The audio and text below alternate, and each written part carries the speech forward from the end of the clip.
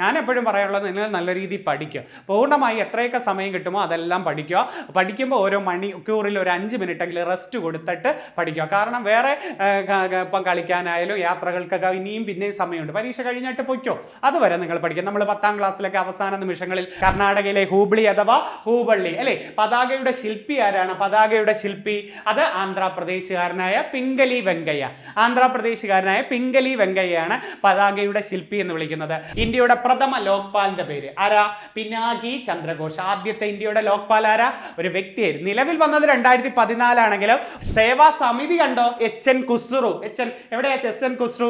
സംസ്ഥാന ഭാഷാ ഇൻസ്റ്റിറ്റ്യൂട്ടിന്റെ അല്ല നമ്മളെ ഭാഷാടിസ്ഥാന കമ്മീഷനിൽ ഒരാൾ അല്ലേ, ഫസൽ അലി, HN ഖുസ്രു, സർദാർ KM പണിക്കർ എന്നല്ലേ നമ്മൾ പഠിക്കുന്നത്.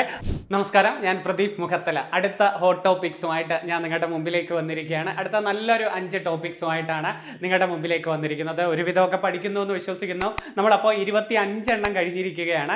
ഏറ്റവും പ്രധാനപ്പെട്ടത് ആദ്യമാദ്യമായി തരികയാണ്. നല്ല രീതി ഒരുവിധം 50, 60, 70 ഒക്കെ ആകുമ്പോഴത്തേക്ക് മെയിൻ കാര്യങ്ങളെല്ലാം തീർക്കും എന്ന് വിശ്വസിക്കുന്നു. പഠിക്കുക, നിങ്ങളോട് സപ്പോർട്ട് ചെയ്ത് നിങ്ങളുടെ ടോപ്പിക്കിൻ്റെ കൂടെ പഠിക്കുമ്പം ഞാൻ എൻ്റെ ഒരു ചെറിയ സംഭാവന എന്ന പോലെ ഏറ്റവും പ്രധാനപ്പെട്ടതും കൂടെ നിങ്ങളുടെ മുമ്പിലേക്ക് കൊണ്ടുവരിക. അപ്പോൾ ഫുൾ ടൈം ഡെഡിക്കേറ്റ് ചെയ്യുക. വിഷമങ്ങളും ബുദ്ധിമുട്ടുകളൊക്കെ ഏതൊരു വ്യക്തിക്കും ഉണ്ടാകും. അതൊന്നും ഇനി കണക്കാക്കരുത്. ഇനി അതിന് മുമ്പൊക്കെ ഞാൻ പലതവണ നിങ്ങൾക്ക് മോട്ടിവേറ്റ് ചെയ്ത് തന്നിട്ടുണ്ട്. ഇനിയിപ്പോൾ ഈ പരീക്ഷയുടെ അവസാന സമയത്ത് ഞാൻ ഇങ്ങനെയാണ്, അങ്ങനെ ആയിപ്പോയി, എൻ്റെ മനസ്സിലുള്ള എല്ലാം ടെൻഷനാണ്, ഭയങ്കര ടെൻഷൻ കയറി വരുന്നു, അങ്ങനെ ഒന്നും തോന്നണ്ട. തോന്നിയാൽ അവിടെ ഇരിക്കത്തേ ഉള്ളൂ. തോന്നിക്കൊണ്ടിരുന്ന് കഴിഞ്ഞാൽ നിങ്ങളുടെ ഉള്ള സമയം ഇല്ലാതായി തരും. ഉള്ള സമയത്ത് മാക്സിമം ചിലവഴിച്ച് പൂർണ്ണമായും ഡെഡിക്കേറ്റ് ചെയ്ത് പഠിക്കുക. വേറെ ഒന്നും ചിന്തിക്കേണ്ട. കറക്റ്റ് വീണ്ടും വീണ്ടും പഠിക്കുക. ഏതൊരു സമയത്തായാലും ഇരിക്കുക. ബുക്ക് എന്നും പറഞ്ഞ് ജോലിക്ക് പോകുന്നവരുണ്ട്, പോയിട്ട് ബാക്കിയുള്ള സമയം പൂർണ്ണമായും പഠിക്കുക. ജോലിക്ക് പോവാത്തവർ ഇനിയുള്ള ദിവസങ്ങളെല്ലാം എണ്ണിക്കൊണ്ട് സ്വപ്നം കണ്ടുകൊണ്ട് ഏറ്റവും നല്ല മാർക്ക് നേടണം. എല്ലാം പറ്റുന്ന കണക്ക് റിവിഷൻ നടത്തണം. മലയാള ഭാഗങ്ങളൊക്കെ മാക്സിമം ശൈലികൾ തെറ്റുതിരുത്തുക. ചെറിയ വേർഡുകളൊക്കെ എഴുതി തെറ്റിയ വാക്കുകൾ, യാദൃച്ഛിക, മാതരാഞ്ജലികൾ, ഇങ്ങനെയൊക്കെ നമ്മൾ പഠിക്കത്തില്ലേ, അങ്ങനെയുള്ളത് എഴുതി പഠിക്കുക. അതുപോലെ വചനങ്ങൾ, നാമങ്ങൾ, ഇതൊക്കെ എടുത്തെടുത്ത് പഠിക്കുക. അതുപോലെ കണക്കിൻ്റെത്, ക്ലോക്ക്, കോണളവ്, ഇതൊക്കെ ശ്രദ്ധിച്ച് വീണ്ടും വീണ്ടും എഴുതി പഠിക്കുക കേട്ടോ. പ്രോഗ്രഷൻ നല്ലോണം പഠിച്ചിട്ട് പോണേ. പ്രോഗ്രഷൻ, പോളിനോമിയൽ അല്ലെങ്കിൽ പ്രോബബിലിറ്റി, ഇതൊക്കെ പറ്റുന്ന 1, 2 ചോദ്യം വന്നാലും നിങ്ങൾക്കത് എഴുതണം എന്ന രീതിയിൽ കുറച്ച് നേരം അതിനായിട്ട് മാറ്റി വെക്കണേ. കറണ്ട് അഫേഴ്സ് കുഴപ്പമില്ലാതെ പോകുന്നുണ്ടല്ലോ. ആ ഓരോ മാസ ബേസ് വെച്ചും പഠിക്കണം. ജനറൽ ആയിട്ടുള്ള മൊത്തം കാര്യങ്ങളും പെർഫെക്റ്റ് ആക്കുക. തീർച്ചയായിട്ടും കിട്ടും. നിങ്ങൾ അത്രമാത്രം വർക്ക് ചെയ്യുന്ന കുറേ അധികം പേരുണ്ട്. അവരോടൊക്കെ എനിക്ക് എടുത്തു പറയാനുള്ളത്, തീർച്ചയായിട്ടും വിശ്വസിച്ച് പോവുക. നിങ്ങളെപ്പോലെ കഴിഞ്ഞ തവണകളിൽ ഇരുന്ന് പഠിച്ചവരാണ് ഇപ്പം നല്ല ഉദ്യോഗങ്ങളിൽ നല്ല ചെയറും ടേബിളും ഒക്കെ ഇട്ട് അവർ നല്ല രീതിയിൽ ജോലി ചെയ്യുന്നത്. അടുത്ത പ്രാവശ്യം നിങ്ങളായിരിക്കണം. നിങ്ങളായിരിക്കും, തീർച്ചയായിട്ടും ആയിരിക്കും. കാരണം എന്താ, ഇത് വലിയ കാര്യങ്ങളൊന്നുമല്ല ഒരു ജോലി കിട്ടാൻ. അതിന് മുമ്പ് വരെ നിങ്ങൾക്ക് ടെൻഷനാണ് സ്വാഭാവികമായിട്ട്. ഇപ്പം നിങ്ങൾ ഇരിക്കുന്നില്ലേ, പക്ഷേ ഇതൊരു ജോലി കിട്ടുമ്പോൾ അല്ലെങ്കിൽ ലിസ്റ്റ് വരുമ്പോൾ ഇത്രയോ ഉള്ളായിരുന്നോ എന്ന് നിങ്ങൾ ചോദിക്കും. ഇത്രയോ ഉള്ളായിരുന്നോ എന്നേ ചോദിക്കത്തുള്ളൂ. കാരണം അതുവരെ നിങ്ങൾക്കൊന്നും ആയില്ലല്ലോ. നിങ്ങളായില്ലല്ലോ സാറേ, ലിസ്റ്റിൽ വരുന്നില്ല, ലിസ്റ്റ് വരുമോ, ലിസ്റ്റിൽ ലാസ്റ്റ് കിടക്കുന്നു, ഇങ്ങനെയൊക്കെ ഉള്ള ചോദ്യങ്ങളാണ്. പക്ഷെ ഒരു ജോലി കിട്ടുമ്പം ഇത്രയോ ഉള്ളായിരുന്നോ, ഓരോരുത്തരങ്ങ് ഭയങ്കരമായിട്ട് അങ്ങനെ പടി, ഇങ്ങനെ പടി, അത് പടി, ഇത് പടി, അതെല്ലാം പടി, ഓരോന്ന് യൂട്യൂബിലൊക്കെ ഇങ്ങനെ പറയുന്നത്. ഞാനൊന്നും അത്രയും പറയാറില്ല. ഏറ്റവും പ്രധാനപ്പെട്ട പഠിച്ചുകൊണ്ട് പോവുക. കാരണം എന്തിനാ നിങ്ങളായിട്ട് പേടിപ്പിക്കുന്നത്? ഞാൻ എപ്പോഴും പറയാനുള്ളത്, നിങ്ങൾ നല്ല രീതിയിൽ പഠിക്കുക. പൂർണ്ണമായി എത്രയൊക്കെ സമയം കിട്ടുമോ അതെല്ലാം പഠിക്കുക. പഠിക്കുമ്പോൾ ഓരോ മണിക്കൂറിൽ ഒരു 5 മിനിറ്റെങ്കിലും റെസ്റ്റ് കൊടുത്തിട്ട് പഠിക്കുക. കാരണം വേറെ ഇപ്പം കളിക്കാനായാലും യാത്രകൾക്കൊക്കെ ഇനിയും പിന്നെയും സമയമുണ്ട്. പരീക്ഷ കഴിഞ്ഞിട്ട് പൊയ്ക്കോ, അതുവരെ നിങ്ങൾ പഠിക്കുക. നമ്മൾ 10ാം ക്ലാസ്സിലൊക്കെ അവസാന നിമിഷങ്ങളിൽ കുറേ നല്ല രീതിയിൽ ഇരുന്ന് ഫുൾ ടൈം ഡെഡിക്കേറ്റ് ചെയ്യുമ്പോഴല്ലേ നമുക്ക് അത്രമാത്രം ഓർമ്മശക്തി കിട്ടുന്നത്. അത് ചെയ്യുക. കാലൊക്കെ നല്ലവണ്ണം തണുത്ത വെള്ളത്തിൽ കാൽപാദങ്ങളൊക്കെ കഴുകുക. ഇടവിട്ട് മുഖം കഴുകണേ. മുഖം നല്ല രീതിയിൽ 1 മണിക്കൂർ ഇടവിട്ട് നല്ല പച്ചവെള്ളത്തിൽ മുഖം കഴുകുക. മാക്സിമം വെള്ളം കുടിക്കണം. മൂത്രം ഒഴിക്കാൻ മുട്ടുമെങ്കിലും ഒഴിക്കുക കേട്ടോ. വെള്ളം കുടിക്കുക. മൂത്രം ഒഴിച്ച് പോകട്ടെ, പക്ഷെ ഉള്ളിൽ കഴിക്കണം. പിന്നെ ആഹാരം കൃത്യമായിട്ട് കഴിക്കണം. വയറ് നിറച്ച് കഴിക്കണമെന്നല്ല, കൃത്യമായിട്ട് ആഹാരം കഴിച്ച് പോവുകയും ചെയ്യണം. നല്ല ആരോഗ്യത്തോടെ ഇടിക്കാം. പിന്നെ കൃത്യം ഒരു ഉറങ്ങേണ്ട സമയമൊക്കെ ആകുമ്പോൾ ഉറങ്ങുക. കൃത്യമായിട്ട് അങ്ങ് ഉറങ്ങുക. വീട്ടിലെല്ലാവരോടും സന്തോഷത്തോടെ പെരുമാറുക എല്ലാ ദിവസവും. ഏതെങ്കിലും ദിവസം വീട്ടിൽ ആരുമായിട്ടെങ്കിലും ഉടക്കിയോ എന്തെങ്കിലും ചെയ്തു പോയി കഴിഞ്ഞാൽ അന്നത്തെ ദിവസം നിങ്ങളുടെ പഠിത്തവും മുടങ്ങിപ്പോകും. പഠിത്തം അത്ര കേന്ദ്രീകരിക്കാനും പറ്റത്തില്ല. അതുകൊണ്ട് നിങ്ങൾ ഓർക്കുക, നമ്മൾ പൊതുവെ പറയത്തില്ലേ, അത്ര ടോപ്പ് ലെവലിനേക്കാൾ മീഡിയം ലെവലുകാരാണ് പരീക്ഷയ്ക്ക് ഏറ്റവും നല്ലോണം അങ്ങ് കയറുന്നത്. ചിലപ്പോൾ എന്നും സെൻറ്ററുകളിലോ അല്ലെങ്കിൽ പരീക്ഷയ്ക്ക് ഇടുമ്പോഴോ 100ൽ 90, 95 കിട്ടുന്നതിനേക്കാൾ ഒരു 80, 70 ഒക്കെ കിട്ടുന്നവർ അവസാന നിമിഷം അങ്ങ് ഭയങ്കര അങ്ങ് സ്റ്റാറായിട്ട് മാറും. പഠിച്ച് പെർഫെക്റ്റായി മാറുന്നതാ. അതുപോലെ ആവുക. നിങ്ങളോട് നല്ലൊരു റാങ്ക് ലിസ്റ്റിൽ എത്തുക. 100 40-നകത്ത് അല്ലെങ്കിൽ 50-നകത്ത് നിങ്ങൾക്ക് കിട്ടിയിരിക്കും എന്നൊരു വാശിയോടുകൂടി പഠിക്കുക. പഠിച്ചതൊക്കെ വരുമെന്നേ ഞാൻ ഉറപ്പ് പറയുന്നു. സുപ്രധാന നിയമങ്ങൾ, കേരള ഭരണ പരിഷ്കാരം, കല, ശാസ്ത്രം, സാഹിത്യം, ആ ഒരു ഭാഗമൊക്കെ ഉണ്ടല്ലോ, കലകളൊക്കെ നല്ലവണ്ണം പഠിക്കണം കേട്ടോ. യക്ഷഗാനം എവിടെയായിരുന്നു? യക്ഷഗാനം കാസർഗോഡ് ജില്ലയിൽ. മീനാക്ഷി കല്യാണം എവിടെയാണ്? മീനാക്ഷി കല്യാണം പാലക്കാട്. പൊറാട്ട് നാടകവും മീനാക്ഷി കല്യാണം ഒക്കെ എവിടെയാണ്? പാലക്കാട് ജില്ലയിലായിരുന്നു അല്ലേ. വേലകളി എവിടെയാണ്? വേലകളി ആലപ്പുഴയിലാണ്. കുതിരകളി മലപ്പുറത്താണ്. വേലകളി ആലപ്പുഴയിലും കുതിരകളി എവിടെയാണ്? മലപ്പുറത്ത്. പുലികളി, കുമ്മാട്ടിക്കളി ഇതൊക്കെ തൃശ്ശൂർ ജില്ലയിലാണെന്നറിയാം അല്ലേ. കാക്കാരശ്ശി നാടകം തിരുവനന്തപുരത്താണ്. കാക്കാരശ്ശി നാടകം എവിടെയാ? തിരുവനന്തപുരം. അർജുന നൃത്തം എവിടെയാ? അർജുന നൃത്തം പ്രധാനമായിട്ടും കോട്ടയം പിന്നെ ആലപ്പുഴയിലും ഉണ്ട്. കോട്ടയത്താണ് അർജുന നൃത്തം. അർജുന നൃത്തത്തിന്റെ മറ്റൊരു പേരാ മയിൽപീലി തൂക്കം എന്ന് പറയുന്നത് കേട്ടോ. മയിൽപീലി തൂക്കം അർജുന നൃത്തത്തിന്റെ മറ്റൊരു പേരായിരുന്നു. അതുപോലെ പരീക്ഷയ്ക്ക് ചോദിക്കാം, യക്ഷഗാനത്തിന്റെ മറ്റൊരു പേരാ ബയലാട്ടം എന്ന് പറയുന്നത്. യക്ഷഗാനത്തിന്റെ മറ്റൊരു പേരെന്താണ്? ബയലാട്ടം. ഈ കരുമാടിക്കുട്ടൻ ബുദ്ധമത കേന്ദ്രം ആലപ്പുഴ ജില്ലയിലാണ് അല്ലേ. ആലപ്പുഴ ജില്ലയിലെ അമ്പലപ്പുഴയിലുണ്ട്. അമ്പലപ്പുഴയിലാണ് ആദ്യത്തെ ഗ്രന്ഥശാല വന്നത്. കേരളത്തിലെ ആദ്യത്തെ ലൈബ്രറി വന്നത് എവിടെയെന്ന് ചോദിച്ചാൽ ആലപ്പുഴ ജില്ലയിലല്ലേ. കേരള ലൈബ്രറീസ് ശാലയുടെ പിതാവ് ആരെന്ന് വിളിച്ചാൽ ആരെയാ? ഗ്രന്ഥശാലയുടെ പിതാവ് P.N. പണിക്കർ അല്ലേ. P.N. പണിക്കറാണ് ലൈബ്രറിയുടെ. ജൂൺ 19 അല്ലേ അദ്ദേഹത്തിന്റെ ചരമദിനം നമ്മൾ വായനാ ദിനമായിട്ട് പറയുന്നത്. ജൂൺ 19 നമ്മൾ പറയാറുള്ളത് അല്ലേ. ജൂൺ 5 പരിസ്ഥിതി ദിനമാണ്. ജൂൺ 5 ഏതാണ്? പരിസ്ഥിതി ദിനം. ജൂൺ 8 സമുദ്ര ദിനമാണ് കേട്ടോ. ജൂൺ 8 ഏതാണ്? സമുദ്ര ദിനം. പർവ്വത ദിനം എന്നാണെന്നറിയാമോ? പർവ്വത ദിനം ഡിസംബർ 11. ഡിസംബർ 11 പർവ്വത ദിനം. പർവ്വതങ്ങളെ കുറിച്ചുള്ള പഠനം ഓറോളജി. പർവ്വതങ്ങളെ കുറിച്ചുള്ള പഠനം ഏതാണ്? ഓറോളജിയാണ് പർവ്വതം. എവറസ്റ്റും കാഞ്ചൻജംഗയും ഏത് പർവ്വത നിരയിലാണ്? ഹിമാദ്രി. എവറസ്റ്റും കാഞ്ചൻജംഗയും ഹിമാദ്രിയിലാണ്. പക്ഷേ മൗണ്ട് കേറ്റു കാറക്കോറത്തിലാണ്. മൗണ്ട് കേറ്റു ഏതിലാണ് പറയേണ്ടത്? കാറക്കോറത്തിലാണ് നമ്മൾ പറയേണ്ടത്. ഇന്ത്യയിലെ ഏറ്റവും വേഗത്തിൽ ഒഴുകുന്ന നദി ഏതാണ്? വേഗത്തിൽ ഒഴുകുന്ന നദി ടീസ്റ്റ. ടീസ്റ്റ. 4 വശവും മലകളാൽ ചുറ്റപ്പെട്ട ഒരു തടാകത്തിന്റെ പേര് പറഞ്ഞേ. അത് ലോക്താക് തടാകം. ഏതായിരുന്നു? ലോക്താക് തടാകം. ഇന്ത്യയിലെ ഏറ്റവും വലിയ തടാകം ഏതാ? ചിൽക്ക തടാകം. എവിടെയാ ചിൽക്ക തടാകം? ഒഡീഷയിലാണ്. ഒഡീഷയിലല്ലേ ഇവിടെ ഹിരാക്കുഡ് അണക്കെട്ട് ആണ്. ഹിരാക്കുഡ് അണക്കെട്ട് ഒഡീഷയിലാണ് അല്ലേ. ഏത് നദിയിലാ ഹിരാക്കുഡ് അണക്കെട്ട്? മഹാനദിയിൽ. ഏത് നദിയിലാ? മഹാനദി. നമ്മുടെ സ്വകാര്യവൽക്കരിക്കപ്പെട്ട ആദ്യത്തെ നദിയായ ഷിയോനാഥ് പുഴ മഹാനദിയുടെ പോഷക നദിയാണ്. ഷിയോനാഥ്, ഇബ്, ടെല്ല് എന്നിവയൊക്കെ മഹാനദിയുടെ പോഷക നദികളാണ്. മറന്നു പോരുതേ.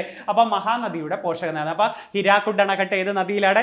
മഹാനദിയിലാണ്. മറന്നു പോരുതേ. അതുപോലെ പരീക്ഷയ്ക്ക് ചോദിക്കാൻ നല്ലൊരു ചോദ്യം, ഈ റൂർക്കേല ഇരുമ്പുരുക്ക് നിർമ്മാണശാല. റൂർക്കേല ഈ ഒഡീഷയിലല്ലേ റൂർക്കേല ഇരുമ്പുരുക്ക് നിർമ്മാണശാല ജർമ്മനിയുടെ സഹായത്തോടെയാണ് അല്ലേ. ബിലായി എവിടെ? ബിലായി ഛത്തീസ്ഗഡിൽ റഷ്യയുടെ സഹായത്തോടെ. ബിലായി ഛത്തീസ്ഗഡ് റഷ്യയുടെ സഹായത്തോടെ. റൂർക്കേല ഒഡീഷ ജർമ്മനിയുടെ സഹായത്തോടെ. ദുർഗാപൂർ പശ്ചിമ ബംഗാൾ ബ്രിട്ടന്റെ സഹായത്തോടെ. ദുർഗാപൂർ പശ്ചിമ ബംഗാൾ ബ്രിട്ടന്റെ സഹായത്തോടെ. ബൊക്കാറോ ജാർഖണ്ഡ് റഷ്യയുടെ സഹായത്തോടെ. ബൊക്കാറോ ജാർഖണ്ഡ് റഷ്യയുടെ സഹായത്തോടെ. ഏറ്റവും വലിയ ഇരുമ്പുരുക്ക് നിർമ്മാണശാല ബൊക്കാറോയാണ്. ഏറ്റവും ലാഭകരമായി പ്രവർത്തിക്കുന്ന ഇരുമ്പുരുക്ക് നിർമ്മാണശാല ഫിലായിയാണ്. ഏതാണ്?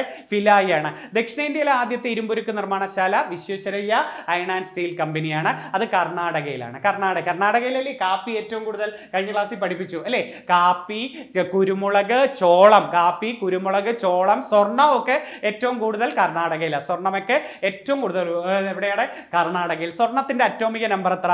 സ്വർണത്തിന്റെ അറ്റോമിക നമ്പർ 79 അല്ലേ. 79 അല്ലേ. മാലിബിലിറ്റി ഏറ്റവും കൂടിയതും ഭൂമിയിൽ പ്രകൃതിയിൽ സ്വതന്ത്ര രൂപത്തിൽ കാണപ്പെടുന്നതും സ്വർണ്ണമല്ലേ. മാലിബിലിറ്റി ഏറ്റവും കൂടിയ ലോഹം ഏതാന്ന് ചോദിച്ചാൽ സ്വർണ്ണമാണ് അല്ലേ. ഡക്റ്റിലിറ്റി ഏറ്റവും കൂടുതൽ പ്ലാറ്റിനമാണ്. മാലിബിലിറ്റി എന്ന് പറഞ്ഞാൽ എന്താ? അടിച്ചു മാറ്റുക, അടിച്ചു പരത്തുക. സ്വർണ്ണം അടിച്ചു മാറ്റുന്നു എന്ന് പഠിച്ചു വെച്ചാൽ മതി. അടിച്ചു പരത്തുന്നത് മാലിബിലിറ്റിയും വലിച്ചു നീട്ടുന്നതാണ് ഡക്റ്റിലിറ്റിയും അല്ലേ. അപ്പൊ മാലിബിലിറ്റി ഏറ്റവും കൂടിയത് ഏതാ? സ്വർണത്തിന്. ഡക്റ്റിലിറ്റി ഏറ്റവും കൂടുതൽ ഏതാണ്? പ്ലാറ്റിനത്തിന്. ക്വിക്ക് സിൽവർ പ്ലാറ്റിനം ആണോ? അല്ല, ക്വിക്ക് സിൽവർ മെർക്കുറിയ. ലിറ്റിൽ സിൽവർ ആണ് പ്ലാറ്റിനം അല്ലേ. Little silver platinum. Quick silver ഏതാണ്? മെർക്കുറിയാണ്. ഓടിന്റെ ഘടകലോഹങ്ങൾ ഏതൊക്കെയാ? ഘടകങ്ങൾ ഓട്, ടിന്നും കോപ്പറും. ഓട് എന്ന് പറഞ്ഞാൽ ആരൊക്കെയാണ്? ടിന്നും കോപ്പറുമാണ് അല്ലേ. പിച്ചള ഏതൊക്കെയാ? കോപ്പറും സിങ്കും. ഓട് എന്ന് പറഞ്ഞാൽ ടിന്നും കോപ്പറും. പിച്ചള എന്ന് പറഞ്ഞാൽ ഏതാണ്? കോപ്പറും സിങ്കുമാണ്. കൃത്രിമ കാന്തങ്ങൾ നിർമ്മിക്കാൻ ഉപയോഗിക്കുന്ന ഏതാ? കൃത്രിമ കാന്തങ്ങൾ അൽനിക്കോ. കൃത്രിമ കാന്തം നിർമ്മിക്കാൻ ഉപയോഗിക്കുന്ന ഏതാ? ലോകസങ്കരം അൽനിക്കോയാണ് അല്ലേ. ഹീറ്റിംഗ് എലമെന്റ് ആയിട്ട് ഉപയോഗിക്കുന്ന ഏതാണ്? ഹീറ്റിംഗ് എലമെന്റ് ആയിട്ട് ഉപയോഗിക്കുന്നത് അത് നിക്രോമാണ്. നിക്രോം. വിമാനങ്ങളുടെ പുറംഭാഗം നിർമ്മിക്കാൻ ഉപയോഗിക്കുന്ന ലോകസങ്കരം ഏതാ? വിമാനങ്ങളുടെ പുറംഭാഗം ഡുറാലുമിൻ. ഏതായിരുന്നു? ഡുറാലുമിൻ ആണ് വിമാനങ്ങളുടെ പുറം ഭാഗം നിർമ്മിക്കാൻ ഉപയോഗിക്കുന്ന ലോകസങ്കര. അതുപോലെ ഹരിതകത്തിൽ അടങ്ങിയിരിക്കുന്നതല്ലേ മഗ്നീഷ്യം ആണ്. ഹരിതകത്തിൽ അടങ്ങിയിരിക്കുന്ന ഏതാ? മഗ്നീഷ്യം. ബയോഗ്യാസിൽ അടങ്ങിയിരിക്കുന്നത് ഏതാ? പ്രകൃതിവാതകത്തിൽ മീഥെയിൻ. പ്രകൃതിവാതകത്തിൽ ഏതാ? മീഥെയിൻ. ഹരിതകത്തിൽ ഏതാ? മഗ്നീഷ്യമാണ്. അതുപോലെ ഈ ഹീമോഗ്ലോബിനിൽ അടങ്ങിയിരിക്കുന്നത് ഇരുമ്പാണ്. ഹീമോഗ്ലോബിനിൽ അടങ്ങിയിരിക്കുന്ന ഏതാ? ഇരുമ്പാണ്. അതുപോലെ ഇൻസുലിനിൽ അടങ്ങിയിരിക്കുന്നത് സിങ്ക് ആണ്. ഹരിതകത്തിൽ മഗ്നീഷ്യം ആണെങ്കിൽ, ഹീമോഗ്ലോബിനിൽ ഇരുമ്പാണെങ്കിൽ, ഇൻസുലിൻ ഏതാണ്? ഇൻസുലിനിൽ സിങ്ക് ആണ് അടങ്ങിയിരിക്കുന്നത്. അതൊന്ന് ഓർത്ത് വെച്ചിരിക്കണേ. രാസസൂര്യൻ എന്ന് വിളിക്കുന്നത് മഗ്നീഷ്യത്തെ അല്ലേ? ആണ്. രാസസൂര്യൻ എന്നറിയപ്പെടുന്നത് മഗ്നീഷ്യം. ഇരുമ്പിന്റെ അഭാവം മൂലം ഉണ്ടാകുന്ന രോഗമല്ലേ അനീമിയ ആണ്. അനീമിയ. പെർനീഷ്യസ് അനീമിയയും മെഗലോബ്ലാസ്റ്റിക് അനീമിയ ഇല്ലേ? ഏതാണ്? B9 കുറവ് മൂലം ഉണ്ടാകുന്നത് മെഗലോബ്ലാസ്റ്റിക് അനീമിയ. B12 കുറവ് മൂലം ഉണ്ടാകുന്നത് ഏതാ? Pernicious anaemia. B12 കുറവ് മൂലം ഉണ്ടാകുന്നത് ഏതാണ്? പെർനീഷ്യസ് അനീമിയാണ്. ഓർത്ത് ഓർക്കണേ. അതുപോലെ പരീക്ഷയ്ക്ക് ചോദിക്കാം, ക്യാൻസർ ദിനം എന്നായിരുന്നു? ക്യാൻസർ ദിനം ഫെബ്രുവരി 4. ഫെബ്രുവരി 4 ക്യാൻസർ ദിനം അല്ലെ. എയ്ഡ്സ് ദിനം എന്നാ? ഡിസംബർ 1. എയ്ഡ്സ് ദിനം എന്നാ? ഡിസംബർ 1. ഡിസംബർ 7 അല്ലേ പതാക ദിനം ആണ്. ഡിസംബർ 7 ഏതാ? പതാക ദിനം. പതാകകളെ കുറിച്ചുള്ള പഠനം വെക്സിലോളജി അല്ലേ? പതാകകളെ കുറിച്ചുള്ള പഠനം ഏതാണ്? വെക്സിലോളജി. ഇന്ത്യയുടെ ദേശീയ പതാക അംഗീകരിച്ച ഡേറ്റ് എന്നാ? ഇന്ത്യയുടെ ദേശീയ പതാക 1947 ജൂലൈ 22. 1947 ജൂലൈ 22 ഇന്ത്യയുടെ ദേശീയ പതാക അംഗീകരിച്ചത് അല്ലേ? അപ്പൊ പതാക ദിനം എന്നാണ്? പതാക ദിനം ഡിസംബർ 7. പതാകകളെ കുറിച്ചുള്ള പഠനം ഏതാ? വെക്സിലോളജി. ഇന്ത്യയിലെ ഏക പതാക നിർമ്മാണ കേന്ദ്രം ഏതാണ്? ഇന്ത്യയിലെ ഏക പതാക നിർമ്മാണ കേന്ദ്രം കർണാടകയിലെ ഹൂബ്ലി അഥവാ ഹൂബള്ളി. കർണാടകയിലെ ഹൂബ്ലി അഥവാ ഹൂബള്ളി അല്ലെ. പതാകയുടെ ശില്പി ആരാണ്? പതാകയുടെ ശില്പി അത് ആന്ധ്രാപ്രദേശുകാരനായ പിംഗലി വെങ്കയ്യ. ആന്ധ്രാപ്രദേശുകാരനായ പിംഗലി വെങ്കയ്യാണ് പതാകയുടെ ശില്പി എന്ന് വിളിക്കുന്നത്. ആന്ധ്രാപ്രദേശിലെ ആന്ധ്രയിലെ ആദ്യമായിട്ട് ഇന്ത്യയിൽ ഉണ്ടായ സംസ്ഥാനം, ഇന്ത്യയിൽ ആദ്യമായിട്ട് ഭാഷാടിസ്ഥാനത്തിൽ രൂപം കൊണ്ട സംസ്ഥാനം ഏതാണ്? ആന്ധ്ര. ആന്ധ്ര വന്നത് 53-ലും ആന്ധ്രാപ്രദേശ് ആയത് 56-ലുമാണ്. ആന്ധ്ര വന്നത് എന്നാണ്? ആന്ധ്ര വന്നത് 53-ലോ അത് ആന്ധ്രാപ്രദേശ് ആയതെന്നാണ് 56-ലുമാണ് അല്ലെ. ഏത് കമ്മീഷൻ ആയിരുന്നു ഇന്ത്യയിൽ ഭാഷാടിസ്ഥാന കമ്മീഷൻ? ഭാഷാടിസ്ഥാന കമ്മീഷൻ ഫസൽ അലി കമ്മീഷൻ അല്ലെ. ഭാഷാടിസ്ഥാന കോൺഗ്രസ് കമ്മിറ്റികൾ രൂപീകരിച്ച INC-യുടെ സമ്മേളനം ചോദിക്കില്ലേ? 1920-ലെ നാഗ്പൂർ സമ്മേളനം. ഭാഷാടിസ്ഥാനത്തിലെ കോൺഗ്രസ് കമ്മിറ്റികൾ രൂപീകരിച്ചത് 1920-ലെ നാഗ്പൂരാണ്. അപ്പൊ ഇന്ത്യയുടെ ഭാഷാ സംസ്ഥാന പുനഃസംഘടനാ കമ്മീഷൻ ഏതാ? ഫസൽ അലി കമ്മീഷൻ. എന്നാണ് ഫസൽ അലി കമ്മീഷൻ? 53-ൽ അല്ലെ. ഫസൽ അലി കമ്മീഷനിൽ 53 അല്ലേ. ഫസൽ അലി കമ്മീഷനിൽ അംഗമായിരുന്ന മൂന്ന് പേര് ആരൊക്കെയാ? 1 Fasal Ali, 2 HN Khusrau, 3 Sardar KM Panicker. 1 Fasal Ali, 2 HN Khusrau, 3 ഏതായിരുന്നു? സർദാർ KM പണിക്കരാണ്. അത് 3 നമ്മൾ പഠിച്ചേ. പിന്നെ പരീക്ഷയ്ക്ക് ചോദിക്കാൻ പറ്റിയ നല്ലൊരു ചോദ്യം, മലയാളി ആരുടെ എന്ന് ചോദിച്ചിട്ടുണ്ട്. ഫസൽ അലി കമ്മീഷനിൽ അംഗമായ മലയാളി ആരാ? സർദാർ KM പണിക്കരാണ് അല്ലെ. കാവാലം മാധവ പണിക്കർ എന്നാണ് സർദാർ KM പണിക്കരുടെ മൊത്ത പേരെന്താണ്? കാവാലം മാധവ പണിക്കർ. ഇദ്ദേഹം അല്ലെ പഴശ്ശിരാജയെ കേരള സിംഹം എന്ന് വിളിച്ചത്? ആണ്. പഴശ്ശിരാജയെ കേരള സിംഹം എന്ന് വിളിച്ചത് സർദാർ KM പണിക്കരാണ്. സർദാർ KM പണിക്കർക്ക് സർദാർ എന്ന ബഹുമതി കൊടുത്തത് ഭുപീന്ദർ സിംഗ് ആണ്. ബിക്കാനീർ നാട്ടുരാജാവായിരുന്ന ഭുപീന്ദർ സിംഗ് ആണ് ആ പേര് കൊടുക്കുന്നത്. ചൈനയിലേക്ക് പോയ ആദ്യത്തെ ഇന്ത്യൻ അംബാസഡർ അദ്ദേഹമായിരുന്നു കേട്ടോ. കേരള സാഹിത്യ അക്കാദമിയുടെ ആദ്യ പ്രസിഡന്റ് സർദാർ KM പണിക്കരാണ്. കേരള സാഹിത്യ അക്കാദമിയുടെ ആദ്യ പ്രസിഡന്റ് ആരാണ്? സർദാർ KM പണിക്കർ. എന്നാ കേരള സാഹിത്യ അക്കാദമി വന്നത്? 56-ൽ. കേരള സാഹിത്യ അക്കാദമി വന്നതെന്നാ 56-ൽ. ജവഹർലാൽ നെഹ്റു ആണ് ഉദ്ഘാടനം ചെയ്യുന്നത്. കേരള സാഹിത്യ അക്കാദമിയുടെ ആദ്യ പ്രസിഡന്റ് സർദാർ KM പണിക്കരും ആദ്യ സെക്രട്ടറി പാലാ നാരായണൻ നായരും. ആദ്യ സെക്രട്ടറി ആരാ? പാലാ നാരായണൻ നായർ. വള്ളത്തോൾ അവാർഡ് നേടിയ ആദ്യ വ്യക്തിയാ പാലാ നാരായണൻ നായർ. കേരളം വളരുന്നു അദ്ദേഹത്തിന്റെ ഒരു പ്രശസ്ത കൃതിയാണ്. വള്ളത്തോൾ അവാർഡ് നേടിയ ആദ്യ വ്യക്തി പാലാ നാരായണൻ നായർ. സർദാർ KM പണിക്കർ ഫസൽ അലി കമ്മീഷനിൽ അംഗമായതും പിന്നെ രാജ്യസഭയിലേക്ക് നോമിനേറ്റ് ചെയ്ത ആദ്യ മലയാളി സർദാർ KM പണിക്കര. ഇപ്പൊ അവസാനത്തത് PT ഉഷയാണ്. PT ഉഷയാണ് രാജ്യസഭയിലേക്ക് നോമിനേറ്റ് ചെയ്ത അവസാനത്തെ മലയാളിയായിരുന്നു. ആദ്യ മലയാളി സർദാർ KM പണിക്കർ. ഒരു കവി പോയിട്ടുണ്ട്, G ശങ്കരക്കുറുപ്പ്. കവി G ശങ്കരക്കുറുപ്പ്, നമ്മുടെ സുരേഷ് ഗോപി, ഇതൊക്കെ രാജ്യസഭയിലേക്ക് നോമിനേറ്റ് ചെയ്യുക. എത്ര പേരെ രാഷ്ട്രപതിക്ക് നോമിനേറ്റ് ചെയ്യാം? 12 പേരെ. രാജ്യസഭയിലേക്ക് എത്ര പേരെ നോമിനേറ്റ് ചെയ്യാം? 12 പേരെ. ലോകസഭയിലേക്കോ നേരത്തെ 2 പേരായിരുന്നു, ഇപ്പൊ അത് എടുത്തു മാറ്റി അല്ലെ. 104-ാം ഭേദഗതി പ്രകാരം ആംഗ്ലോ ഇന്ത്യയിലേക്കുള്ള ആംഗ്ലോ ഇന്ത്യൻ പ്രതിനിധികളെ തെരഞ്ഞെടുക്കുന്നത് 104 ഭേദഗതി പ്രകാരം അത് റദ്ദാക്കി. എന്താണ് 106 ഭേദഗതി? 106 വനിതാ സംവരണ ബില്ല് അല്ലെ. വനിതാ സംവരണ ബില്ല് 106 ഭേദഗതി ബില്ല് ചോദിച്ചാൽ 128 പറയണ്ടേ. സംവരണത്തിന് ഭേദഗതി എത്ര? ബില്ല് ചോദിച്ചാൽ 128, ഭേദഗതി ചോദിച്ചാൽ 106 പറയേണ്ടത്. 2023 സെപ്റ്റംബർ 20 ലോകസഭ പാസ്സാക്കുന്നു, സെപ്റ്റംബർ 21 രാജ്യസഭ പാസ്സാക്കുന്നു, സെപ്റ്റംബർ 28 രാഷ്ട്രപതിയുടെ അംഗീകാരം കിട്ടുന്നത് വനിതാ സംവരണ ബില്ല്. അതിനെ തുടർന്നല്ലേ പാർലമെന്റിലെ ആദ്യ സമ്മേളനം നടക്കുന്നത്. പാർലമെന്റിലെ ആദ്യ സമ്മേളനം നടന്നത് 2023 സെപ്റ്റംബർ 19 കേട്ടോ. പാർലമെന്റിന്റെ ആകൃതി ഏതാണ്? ത്രികോണാകൃതി അല്ലെ. ത്രികോണാകൃതി. നമ്മുടെ ഡെക്കാൻ പീഠഭൂമിയുടെ ആകൃതി ചോദിച്ചാലും ത്രികോണാകൃതിയാണ്. ഡെക്കാൻ ട്രാപ്പ് മേഖല ഏത് ശിലയാന്ന് ചോദിച്ചു ഇപ്പം പരീക്ഷയ്ക്ക്. ഡെക്കാൻ ട്രാപ്പ് മേഖല ബസാൾട്ട് നിറഞ്ഞ ആഗ്നേയശില. ഏതായിരുന്നു? ബസാൾട്ട് നിറഞ്ഞ ആഗ്നേയശില. ശിലകളുടെ മാതാവ് എന്ന് വിളിക്കുന്നത് ആഗ്നേയശിലയല്ലേ. ശിലകളുടെ മാതാവ്, മാതൃശില, പിതൃശില എന്നൊക്കെ അറിയപ്പെടുന്നത് ആഗ്നേയശിലയിലെ ആഗ്നേയശിലയാണ് അല്ലെ. അവസാദ ശില, ഫോസിൽ ശില എന്നറിയപ്പെടുന്നത് അവസാദ ശില. കേരളത്തിൽ ഏറ്റവും കൂടുതൽ കാണപ്പെടുന്നത് കായാന്തരിത ശിലയാണ്. കേരളത്തിൽ ഏറ്റവും കൂടുതൽ കാണപ്പെടുന്നത് ഏതാണ്? കായാന്തരിത ശില. കേരളത്തിൽ ഏറ്റവും കൂടുതൽ കാണുന്ന മണ്ണ് ഏതാ? മണ്ണ് ഏതെന്ന് ചോദിച്ചാൽ ലാറ്ററൈറ്റ് മണ്ണാണ്. ഇന്ത്യയിൽ ഏറ്റവും കൂടുതൽ കാണപ്പെടുന്ന മണ്ണ് എക്കൽ മണ്ണാണ്. നെല്ല് കൃഷിക്കോ ഗോതമ്പ് കൃഷിക്കോ ഒക്കെ ഏറ്റവും അനുയോജ്യമായത് ഏതാ? എക്കൽ മണ്ണാണ്. ഈ കണ്ടൽ വനങ്ങൾക്ക് ആവശ്യമായ മണ്ണ് ഏതാണ്? അത് പീറ്റ് മണ്ണാണ്. കണ്ടൽ വനങ്ങൾക്ക് ആവശ്യമായ മണ്ണ് ഏതാ? പീറ്റ് മണ്ണ്. കറുത്ത മണ്ണിന്റെ മറ്റു പേരുകളൊക്കെ അത് റിഗർ മണ്ണെന്നും ചെർണോസം മണ്ണെന്നൊക്കെ അറിയപ്പെടുന്നത് കറുത്ത മണ്ണാണ്. ജൈവാംശം ഏറ്റവും കൂടിയ മണ്ണ് ഏതാ? അത് ഏതെന്ന് ചോദിച്ചാൽ നിങ്ങൾ പറയേണ്ടത് പർവ്വത മണ്ണാണ്. ജൈവാംശം ഏറ്റവും കൂടിയ മണ്ണ്. ലാറ്ററൈറ്റിന്റെ ചുവപ്പ് നിറത്തിന് കാരണം എന്താ? അയൺ ഓക്സൈഡ്, ഇരുമ്പിന്റെയാണ്. അയൺ ഓക്സൈഡ് ആണ് ചെമ്മണ്ണിന്റെ ചുവപ്പ് നിറത്തിന് കാരണം എന്തെന്നൊക്കെ ചോദിച്ചിട്ടില്ലേ പരീക്ഷയ്ക്ക്? അതും ചോദിക്കാം. അപ്പോൾ നമ്മൾ പറഞ്ഞു വന്ന ഏതെന്ന് വെച്ചാൽ കേരള സാഹിത്യ അക്കാദമിയുടെ ആദ്യ പ്രസിഡന്റ് ആരാണ്? സർദാർ KM പണിക്കർ. എന്നാൽ കേരള സാഹിത്യ അക്കാദമി 1956 കേരള സാഹിത്യ അക്കാദമിയുടെ മുഖപത്രങ്ങൾ ഏതൊക്കെയാ?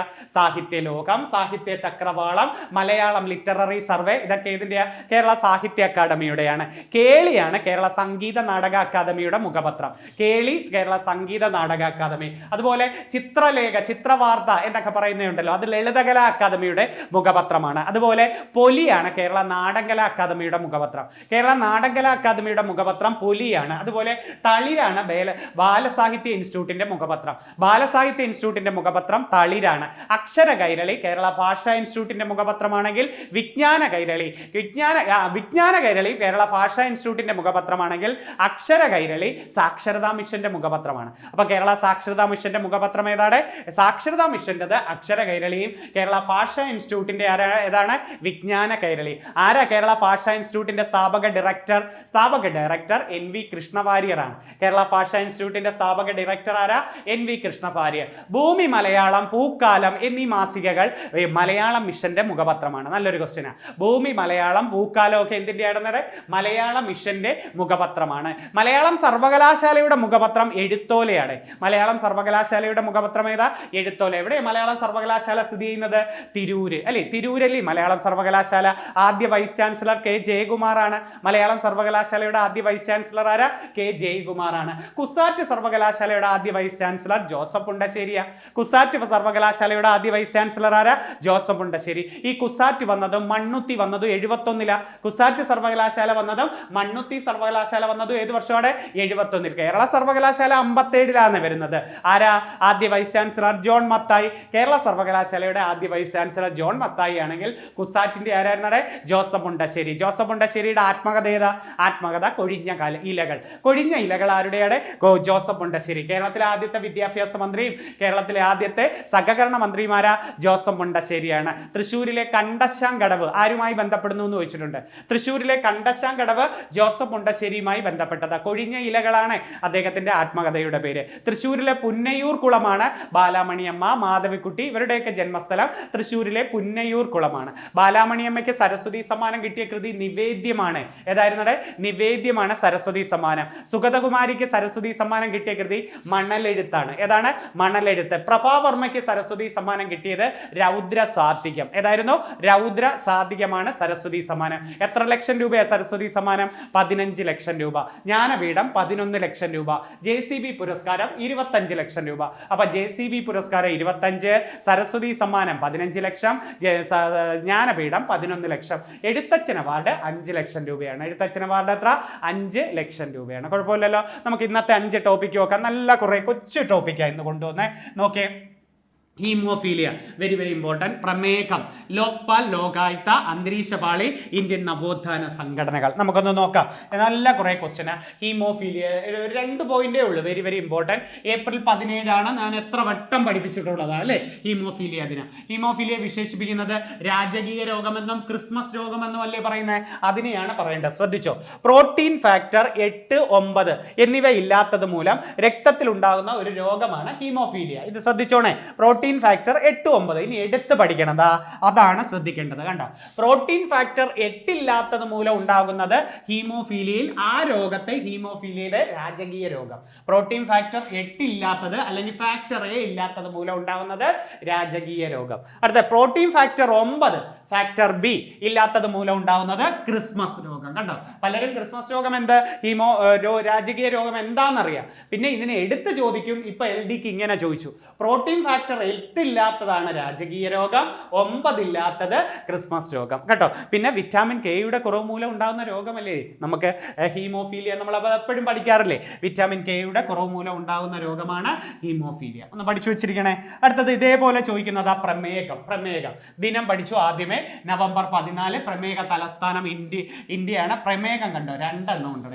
ടൈപ്പ് 1 ഉണ്ട്, ടൈപ്പ് 2 ഉണ്ട്. പ്രമേഹം 2 എണ്ണം ഉണ്ട്, ടൈപ്പ് 1, ടൈപ്പ് 2. പ്രമേഹം ടൈപ്പ് 1 നോക്കേ, ഈ രോഗം സ്ഥിരീകരിച്ചു കഴിഞ്ഞാൽ രോഗി എപ്പോഴും ഇൻസുലിൻ തെറാപ്പി. ഈ രോഗം ടൈപ്പ് 1 ആണോ, പിന്നെ ഇയാൾ ജീവിതകാലം മൊത്തം എന്തെടുക്കണം, ഇൻസുലിൻ തെറാപ്പി എടുക്കണം. കാരണം ടി ലിംബോസൈറ്റിന്റെ പ്രവർത്തനം മൂലം ബീറ്റാ കോശങ്ങൾ നശിക്കുകയും ഇൻസുലിന്റെ ഉൽപാദനം കുറയുന്നത് മൂലം ഉണ്ടാകുന്ന രോഗമാണ് ടൈപ്പ് 1. ടി ലിംബോസൈറ്റിന്റെ, ഈ വരി ഓർത്ത് വെക്കണേ, ലിംബോസൈറ്റിന്റെ പ്രവർത്തനം മൂലം ബീറ്റാ കോശങ്ങൾ നശിക്കുകയും ഇൻസുലിന്റെ ഉൽപാദനം കുറയുന്നത് മൂലം ഉണ്ടാകുന്ന രോഗമാണ് ടൈപ്പ് 1 പ്രമേഹം എന്ന് വിളിക്കുന്നത്. ടൈപ്പ് 2 പ്രമേഹം കുഴപ്പമില്ലടേ, പാൻക്രിയാസ് ഗ്രന്ഥി ഉൽപ്പാദിപ്പിക്കുന്ന ഇൻസുലിൻ ശരീരകോശങ്ങളിൽ കൃത്യമായി ഉപയോഗിക്കാൻ കഴിയാത്തത് വരുന്നവരാണ് ടൈപ്പ് 2 പ്രമേഹം ഉണ്ടാകുന്നത്. പ്രധാനമായിട്ടും വേണ്ടത്ര വ്യായാമം ലഭിക്കാത്തതും അമിതമായ ഭാരമാണ് ടൈപ്പ് 2 പ്രമേഹത്തിന്റെ ഒരു അപകട സാധ്യത. വേണ്ടത്ര വ്യായാമം ലഭിക്കാത്തതും അമിതമായ ഭാരമാണ് ടൈപ്പ് 2 പ്രമേഹത്തിന്റെ അപകട സാധ്യത.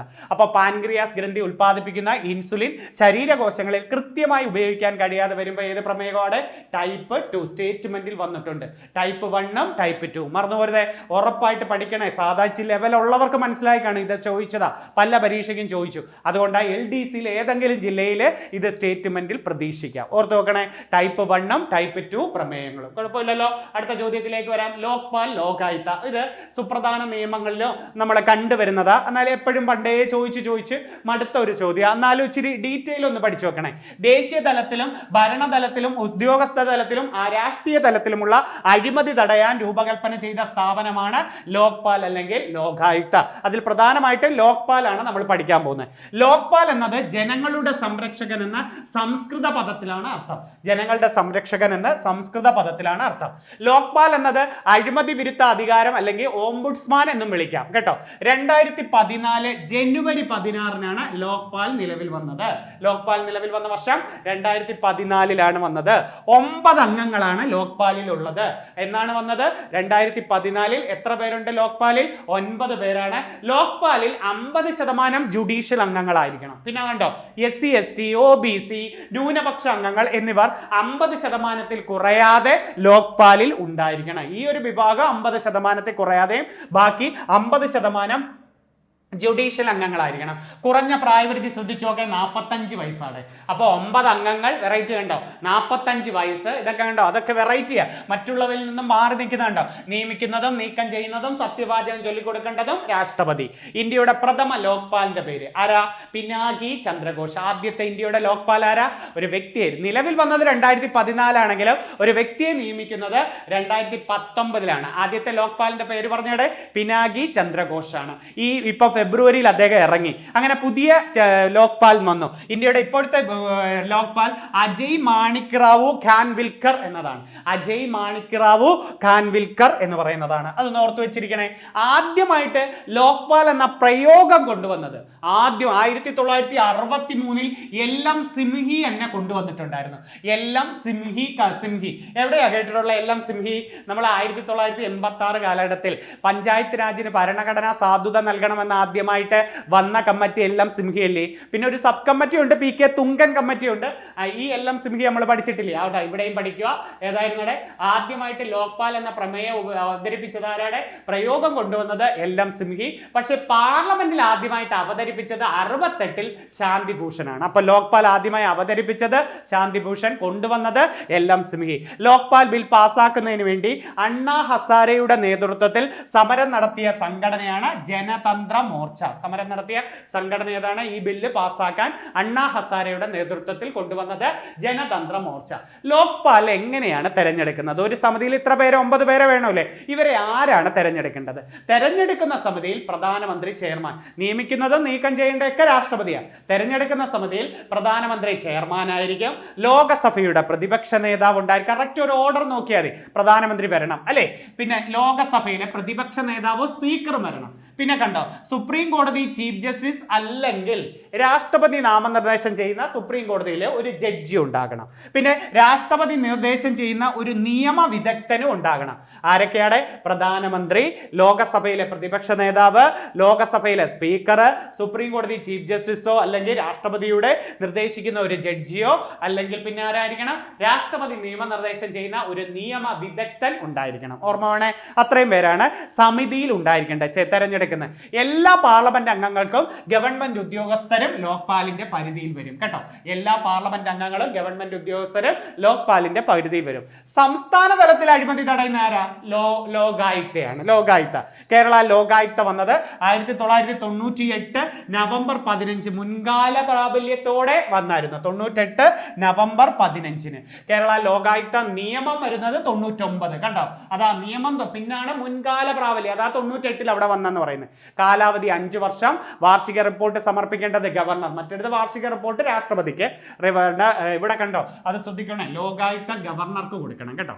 യോഗ്യത സുപ്രീം കോടതി ജഡ്ജി അല്ലെങ്കിൽ ഹൈക്കോടതി ചീഫ് ജസ്റ്റിസ് ആയിരുന്നു ആദ്യം. ഒരു ലോകായുക്തയുടെ യോഗ്യത സുപ്രീം കോടതി ചീഫ് ജസ്റ്റിസ് അല്ലെങ്കിൽ ഹൈക്കോടതി ജഡ്ജി ചീഫ് ജസ്റ്റിസ് ആയിരുന്നാൽ മതി.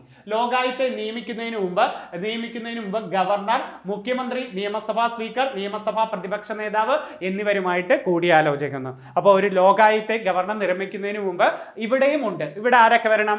ഗവർണർ, ആരോട്? മുഖ്യമന്ത്രി, നിയമസഭാ സ്പീക്കർ, നിയമസഭാ പ്രതിപക്ഷ നേതാവ് എന്നിവരുമായി കൂടിയാലോചന നടത്തുന്നു. നിയമിക്കുന്നത് മുഖ്യമന്ത്രിയുടെ ഉപദേശപ്രകാരം ഗവർണർ കേട്ടോ. ഗവർണർ.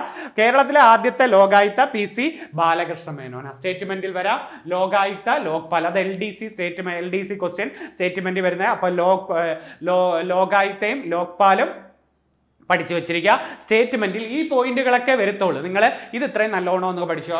കാലാവധി, വർഷം, നിയമിക്കുന്നത്, സമിതിയിൽ ആരൊക്കെ എന്ന്. നീക്കം ചെയ്യാനുള്ള അധികാരം സംസ്ഥാന നിയമസഭയ്ക്ക് ഉണ്ട്. നീക്കം ചെയ്യാനുള്ള അധികാരം. അത് ഇത്രയും ഓർത്ത് വെച്ചിരിക്കണേ. പിന്നെ നല്ലൊരു പോയിന്റിലേക്ക് വരികയാണ്.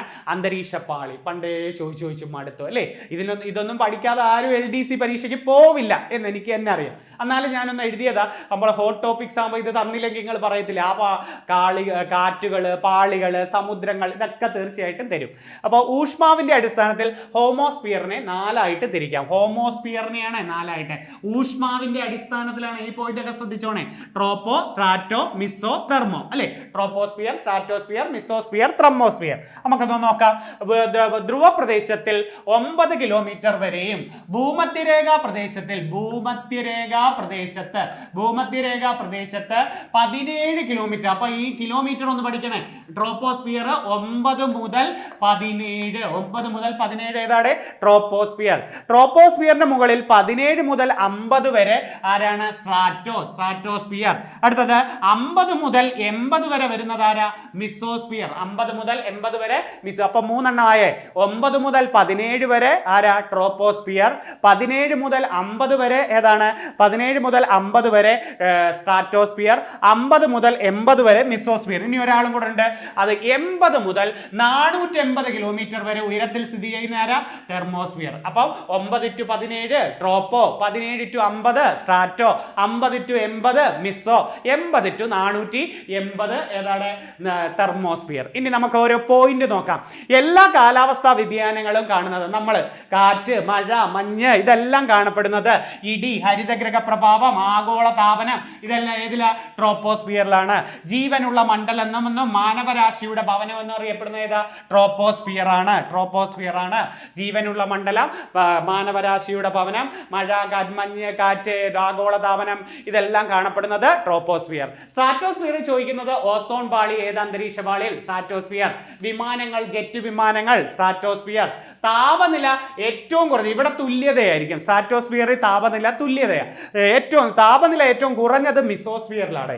ഉൽക്കാവർഷ പ്രദേശം, ഇത് നോട്ട് ചെയ്തോണേ, ഉൽക്കാവർഷ പ്രദേശം എന്ന് വിളിക്കുന്നത് മിസോസ്ഫിയർ ആണ്. താപനില ഏറ്റവും കൂടിയത് തെർമോസ്ഫിയറിലാണ്. ഉൽക്കാവർഷ പ്രദേശം മിസോസ്ഫിയർ, താപനില ഏറ്റവും കുറവ്. താപനില ഏറ്റവും കൂടുതൽ ആർക്കാ? തെർമോസ്ഫിയർ. അവിടുത്തെ പോയിന്റ് നോക്കേ, വാർത്താവിനിമയ കൃത്രിമോപഗ്രഹങ്ങൾ സ്ഥിതി ചെയ്യുന്നത് തെർമോസ്ഫിയറിന്റെ തന്നെ ഒരു ഭാഗമാണ് അയണോസ്ഫിയർ. അയണോസ്ഫിയർ ഉണ്ടെങ്കിൽ അത് എഴുതാവും, അത് ഓപ്ഷൻ ഇല്ലെങ്കിൽ തെർമോസ്ഫിയർ തരും കേട്ടോ. വാർത്താവിനിമയ കൃത്രിമ ഉപഗ്രഹങ്ങൾ അയണോസ്ഫിയറിൽ. ഭൂഗുരുത്വാകർഷണം ഏറ്റവും കൂടുതലുള്ളത് തെർമോസ്ഫിയറിൽ. വെരി വെരി ഇമ്പോർട്ടന്റ്, ഈ പോയിന്റ് മറന്നു പോരുത്. ധ്രുവദീപ്തികൾ ഇപ്പൊ ഡിഗ്രി ലെവൽ പരീക്ഷയ്ക്കും ചോദിച്ചു. ധ്രുവദീപ്തികൾ സംഭവിക്കുന്ന അന്തരീക്ഷ മണ്ഡലവും ഏതാണ്? തെർമോസ്ഫിയർ ആണ്.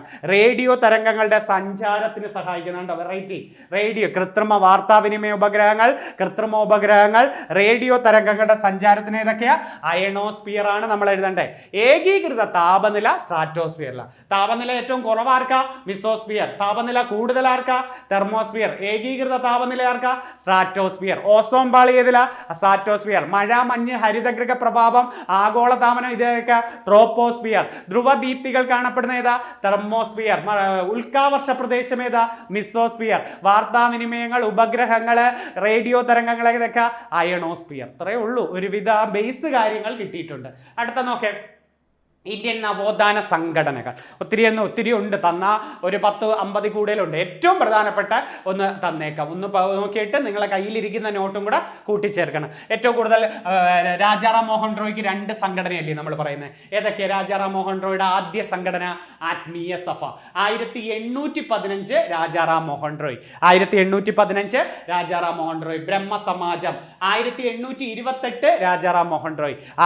ആത്മീയ സഭ 1815 രാജാറാം മോഹൻ റോയ്. ബ്രഹ്മസമാജ് 1828 രാജാറാം മോഹൻ റോയ്. ആര്യ സമാജം 1875 സ്വാമി ദയാനന്ദ സരസ്വതി. ഇദ്ദേഹത്തിന് 2 ഉണ്ട്, ശുദ്ധി പ്രസ്ഥാനവും കേട്ടോ. ആര്യ സമാജവും ശുദ്ധി പ്രസ്ഥാനവും ആരുടെയാ? സ്വാമി ദയാനന്ദ സരസ്വതി. 75 കൊണ്ടുവരുന്നത്. 75 നിങ്ങൾക്ക് ചേരുംപടി ചേർക്കാൻ അല്ലെങ്കിൽ ചോദിക്കാൻ തെറ്റായ ജോഡി ഏത്? രാമകൃഷ്ണ മിഷൻ ആരുടെയാ? സ്വാമി വിവേകാനന്ദന്റെ 97 1897 രാമകൃഷ്ണ മിഷൻ. അലിഗഡ് പ്രസ്ഥാനം 1875 സർ സയ്യദ് അഹമ്മദ് ഖാൻ. അലിഗഡ് പ്രസ്ഥാനം സർ സയ്യദ് അഹമ്മദ് ഖാൻ. ഇദ്ദേഹമല്ലേ അലിഗഡ് യൂണിവേഴ്സിറ്റി ഒക്കെ കൊണ്ടുവരുന്നത്. അടുത്ത പൂന സാർവജനിക് സഭ MG റാനഡെ 1870. പ്രാർത്ഥനാ സമാജം നല്ലൊരു ക്വസ്റ്റ്യൻ 1867. ആത്മാറാം പാണ്ഡുരംഗ്. സത്യശോധക സമാജ് 1873. ജ്യോതി റാവു ഫുലെ. അപ്പൊ ഒന്ന് ഓർത്തു നോക്കെ, രാമകൃഷ്ണ മിഷൻ 1897 സ്വാമി വിവേകാനന്ദൻ. അലിഗഡ് പ്രസ്ഥാനം 1875 സർ സയ്യദ് അഹമ്മദ് ഖാൻ. പൂന സാർവജനിക് സഭ 1870 MG റാനഡെ. സത്യശോധക സമാജ് 1873 ജ്യോതി റാവു ഫുലെ. പ്രാർത്ഥനാ സമാജം 1867 ആത്മാറാം പാണ്ഡുരംഗ്. അടുത്ത നോക്കേ, servants of India society 1905 Gopalakrishna Gokhale. Servants of India society 1905 Gopalakrishna Gokhale. Home rule league 1916 Annie ബസന്റും ബാലഗംഗാധര തിലകനും. ആനി ബസന്റ് അടയാറിലും ബാലഗംഗാധര തിലകൻ പൂനെയിലുമാണ് വരുന്നത്. Home rule league 1916. അടുത്തൊക്കെ INC നമ്മൾ പണ്ടേ പഠിച്ചിട്ടുണ്ട് അല്ലേ? 1885 OAO. സ്വരാജ് പാർട്ടി 23 മോത്തിലാൽ നെഹ്റുവും CR ദാസും ചേർന്നല്ലേ സ്വരാജ് പാർട്ടി രൂപീകരിച്ച് 23. ഫോർവേഡ് ബ്ലോക്ക് വർഷം തെറ്റരുത് 39 സുഭാഷ് ചന്ദ്രബോസ്. Forward bloc 1939 Subhash Chandra. സേവാ സദൻ BM മലബാറി. സേവാ സദൻ BM മലബാറി അത് 1885 അത് എന്നായിരുന്നടെ 1885 സേവാ സദൻ. സേവാ സമിതി കണ്ടോ? HN ഖുസ്രു. എവിടെയാ HN ഖുസ്രു? സംസ്ഥാന ഭാഷാ ഇൻസ്റ്റിറ്റ്യൂട്ടിന്റെ നമ്മളെ ഭാഷാടിസ്ഥാന കമ്മീഷനിൽ ഒരാള് അല്ലേ? Fazal Ali, HN Khusru, Khusru, Sardar K M Panikkar എന്നല്ലേ നമ്മൾ പഠിക്കുന്നത്. അതുകൊണ്ട് അദ്ദേഹത്തിന്റെ സംഘടന ഉണ്ടോ, സേവാ സമിതി. 1914 HN ഖുസ്രു ആണ് സ്ഥാപിക്കുന്നത്. അഭിനവ ഭാരത് രൂപീകരിച്ചത് ആരാണ്? അഭിനവ ഭാരത് VD സവർക്കർ ആണ്. അഭിനവ ഭാരത് ആരാ? VD സവർക്കർ. അഭിനവ ഭാരത് അദ്ദേഹത്തിന് 2 ഉണ്ട്. മിത്രമേള ആരുടെ എന്ന് ചോദിച്ചാലും VD സവർക്കർ പറയാം. VD സവർക്കർ. ഇന്ത്യൻ അസോസിയേഷൻ ആരുടെയാണെന്നറിയാമോ? Indian association 1876 Surendranath Banerjee. Indian association ആരുടെയാണ്? 1876 Surendranath Banerjee. East India association ആരാ? East India association 1866 Dadabhai Naoroji. ആരായിരുന്നേ? ദാദാഭായ് നവറോജി. അപ്പൊ അഭിനവ ഭാരതം മിത്രമേളയും ആരുടെയാ? VD സവർക്കറുടെയാണ്. ഇന്ത്യൻ അസോസിയേഷൻ സുരേന്ദ്രനാഥ ബാനർജി ആണെങ്കിൽ ഈസ്റ്റ് ഇന്ത്യ അസോസിയേഷൻ ആരുടെയാ? ദാദാഭായ് നവറോജിയുടെയാണ്. Surendranath Banerjee 1876 Indian association. Ghadar party ആരുടെ? ഗദ്ദാർ പാർട്ടി ലാലാ ഹർദയാൽ അല്ലേ? ഗദ്ദാർ പാർട്ടി ആരുടെയാ? ലാലാ ഹർദയാലാണ്. അതൊന്ന് നോക്കണേ. ദേവസമാജമാരുടെയാ? ശിവനാരായണ അഗ്നിഹോത്രി. സ്വാമി വിവേകാനന്ദന്റെ രാമകൃഷ്ണ മിഷൻ ഏത് വർഷമാണ്? 1897 Ramakrishna mission. Servants of India society ആരുടെ? Gopalakrishna Gokhale. Poona Sarvajanik Sabha MG Ranade. Satyashodhak Samaj Jyoti Rao Phule. Theosophical society ആരുടെ? അത് പറഞ്ഞില്ലെന്ന് തോന്നല്ലേ. തിയോസഫിക്കൽ സൊസൈറ്റി 1875 അമേരിക്കയിലാണ് കൊണ്ടുവരുന്നത്, ന്യൂയോർക്കിൽ. Madam Blavatsky, colonel Olcott. Madam Blavatsky, colonel. ഇന്ത്യയിലെ പ്രധാന പ്രവർത്തക ആനി ബസന്റ് ആണ് കേട്ടോ. ഹോം റൂൾ ലീഗ് ആരൊക്കെയാ? ആനി ബസന്റും ബാലഗംഗാധര തിലകൻ. അഭിനവ ഭാരത് ആരുടെയാ? VD Savarkar. Hindustan republican association ആരുടെയാ? ഭഗത് സിംഗിന്റെ ആയിരുന്നു. നമ്മൾ പഠിച്ചിട്ടില്ലേ അതൊക്കെ? ഓർത്ത്. സ്വരാജ് പാർട്ടി ആരുടെയാ? 1923 CR ദാസും മോത്തിലാൽ നെഹ്റു ആണ്. മഹർ പ്രസ്ഥാനം ആരുടെയാ? മഹർ പ്രസ്ഥാനം BR അംബേദ്കർ. മഹർ പ്രസ്ഥാനം ആരുടെയാ? BR അംബേദ്കർ. ആര്യ സമാജവും ശുദ്ധി പ്രസ്ഥാനവും ആരുടെയാ? ആര്യ സമാജവും ശുദ്ധി പ്രസ്ഥാനവും നമ്മുടെ സ്വാമി ദയാനന്ദ സരസ്വതി. സത്യാർത്ഥ പ്രകാശലിയുടെ അദ്ദേഹത്തിന്റെ കൃതി. അപ്പോൾ രാജാറാം മോഹൻ റോയുടെ ആദ്യ സംഘടന ഏതാ? ആത്മീയ സഭ. 1815 രാജാറാം മോഹൻ റോയുടെ പത്രം ഏതൊക്കെയാണ്? ബംഗാളി ഭാഷയിൽ സംവാദ് കൗമുദിയും പേർഷ്യൻ ഭാഷയിൽ മിറാത്ത് ഉൾ അക്ബർ അല്ലെ? മിറാത്ത് ഉൾ അക്ബർ ആരുടെയാ? രാജാറാം മോഹൻ റോയുടെ പത്രമാണ്, പേർഷ്യൻ ഭാഷയിൽ. ഇദ്ദേഹമാണ് ആദ്യമായിട്ട് വേദാന്ത കോളേജ് സ്ഥാപിക്കുന്നത് കേട്ടോ. കൊൽക്കത്തയിൽ വേദാന്ത കോളേജ് ഒക്കെ കൊണ്ടുവരുന്നത് രാജാറാം മോഹൻ റോയ് ആണ്. 1815 ആത്മീയ സഭ. 15 വേറെണ്ണം ഉണ്ട്, ഓർമ്മയുണ്ടോ? വാട്ടർലൂ യുദ്ധം. നെപ്പോളിയൻ പരാജയപ്പെട്ട യുദ്ധം വാട്ടർലൂ യുദ്ധം 1815 ഏത് ദ്വീപിലേക്ക് അദ്ദേഹത്തെ നാടുകടത്തിയത്? സെന്റ് ഹെലേന ദ്വീപ് അല്ലേ? എനിക്ക് നല്ല അമ്മമാരെ തരൂ, ഞാൻ നിങ്ങൾക്ക് നല്ല രാജ്യം തരാം എന്ന് പറഞ്ഞത് നെപ്പോളിയൻ അല്ലേ? ബാങ്ക് ഓഫ് ഫ്രാൻസ് സ്ഥാപിച്ചത് നെപ്പോളിയൻ അല്ലേ? നെപ്പോളിയൻ. അസാധ്യം എന്നത് എൻ്റെ നിഘണ്ടുവിൽ ഇല്ല എന്ന് പറഞ്ഞത് നെപ്പോളിയൻ അല്ലേ? ഞാനാണ് രാഷ്ട്രം എന്ന് പറഞ്ഞത് ലൂയി 14 അല്ലേ? എനിക്ക് ശേഷം പ്രളയം എന്ന് പറഞ്ഞത് ലൂയി 15 അല്ലേ? ആണ്. ഫ്രഞ്ച് വിപ്ലവ സമയത്ത് ഫ്രാൻസിലെ രാജാവ് ലൂയി 16 ആണ്. ഫ്രഞ്ച് വിപ്ലവത്തിൽ ആകൃഷ്ടനായ ഇന്ത്യൻ രാജാവ് ടിപ്പു സുൽത്താൻ അല്ലേ? സ്വാതന്ത്ര്യത്തിന്റെ വൃക്ഷമൊക്കെ നട്ടത് ശ്രീരംഗപട്ടണത്തിന് സ്വാതന്ത്ര്യത്തിന്റെ വൃക്ഷം നട്ടത് ടിപ്പു സുൽത്താൻ അല്ലേ? ടിപ്പു സ്വീകരിച്ച പേര് പൗരനായ ടിപ്പു എന്നല്ലേ? ആണ്. ടിപ്പു സുൽത്താന്റെ ശ്രീരംഗപട്ടണം ഉടമ്പടി ഏത് വർഷം? 1792. ടിപ്പു കൊല്ലപ്പെട്ട ഏത് വർഷം? 4ാം മൈസൂർ യുദ്ധമായ 1799 ടിപ്പു കൊല്ലപ്പെടുന്നത്. സ്വാതന്ത്ര്യത്തിന്റെ വൃക്ഷം എവിടെയായിരുന്നു? ശ്രീരംഗപട്ടണത്തിന്. ഫ്രഞ്ച് വിപ്ലവം ഏത് വർഷം? 1789. വേഴ്സായി കൊട്ടാര, ബോർബൺ രാജവംശം, ടെന്നീസ് കോർട്ട് പ്രതിജ്ഞ അല്ലെ? ബാസ്റ്റൈൽ ജയിലിന്റെ തകർച്ച, ഇതൊക്കെ ഏത് വിപ്ലവമാണ്? ഫ്രഞ്ച് വിപ്ലവം അല്ലെ? ഒലിവ് ബ്രാഞ്ച് ബ്രിട്ടീഷൻ ഏതാ? Olive branch petition. Continental congress സമ്മേളനം ഒക്കെ ഏതാണ്? അമേരിക്കൻ സ്വാതന്ത്ര്യ സമരമാണ്. അമേരിക്കൻ സ്വാതന്ത്ര്യ സമരം എന്നാ? 1776. പൊട്ടിപ്പുറപ്പെടാൻ പ്രധാന കാരണം ഏതാ? Boston tea party. 1773 Boston tea party. സമരം എന്ന 76. ഇതിന് അവസാനിപ്പിച്ച ഉടമ്പടി ഏതാ? അമേരിക്കൻ സ്വാതന്ത്ര്യ സമരം അവസാനിപ്പിച്ച ഉടമ്പടി പാരീസ് ഉടമ്പടി 1783. കുഴപ്പമില്ലല്ലോ, കുറച്ചൊക്കെ റിവിഷൻ ആവുന്നുണ്ട്. നല്ല കുറെ പോർഷനാണ് ഇന്ന് കൊണ്ടുവന്നത്. 5 എണ്ണം ഇന്ന് കൊണ്ടുവന്നോളൂ. അപ്പോൾ നമ്മൾ ഏറ്റവും പ്രധാനപ്പെട്ട കാര്യങ്ങളാണ്. 6ാമത്തെ ഇപ്പോൾ നമ്മൾ പഠിച്ചു കഴിഞ്ഞു. 30 എണ്ണം കഴിഞ്ഞു അല്ലേ? അടുത്തത് നോക്കട്ടെ. മാക്സിമം 10 എഴുതി തരാം, 40 പെട്ടെന്ന് അങ്ങ് തീർത്ത് തരാടെ. മാക്സിമം കുറേ പേര് മെസ്സേജ് ഇടുന്നുണ്ട്. പെട്ടെന്ന് ആവട്ടെ സാറേ, കുറേ നല്ല കാര്യങ്ങൾ കിട്ടുന്നു. ഒത്തിരി സന്തോഷം നിങ്ങളുടെ മെസ്സേജുകൾ കാണുമ്പോഴേ നമുക്ക് നാളെയും തന്നെ വീണ്ടും വരണമെന്നൊക്കെ തോന്നുന്നത്. നിങ്ങൾ പഠിച്ചൊരു ജോലി കിട്ടണേ, ജോലി കിട്ടി സന്തോഷത്തോടെ നല്ലൊരു മെസ്സേജൊക്കെ വിടണേ, നല്ല മാർക്ക് നേടി നല്ലൊരു മെസ്സേജ് കിട്ടണം. എവിടെ വെച്ച് കണ്ടാലും സന്തോഷത്തോടെ ഓടി വരണം. ഇങ്ങനെ ഒരു പ്രദീപ് സാറൊക്കെ നിങ്ങളുടെ ജീവിതത്തിലെ ഒരു മാറ്റം കൊണ്ടുവരുന്നതിന് സഹായിച്ചെന്ന് പറയുമ്പോൾ ആ ഒരു വാക്ക് കേട്ടാൽ മതി. സന്തോഷത്തോടെ നിങ്ങൾ എത്രയും പെട്ടെന്ന് പഠിക്കുക. ഒരു ദിവസവും മുടങ്ങാതെ മനസ്സറിഞ്ഞ് വാശിയോടുകൂടി എണീച്ചിരുന്ന് അങ്ങ് പഠിക്കും. നല്ലൊരു ടോപ്പിക്കായിട്ട് നാളെ തന്നെ കാണാം. നന്ദി, നമസ്കാരം.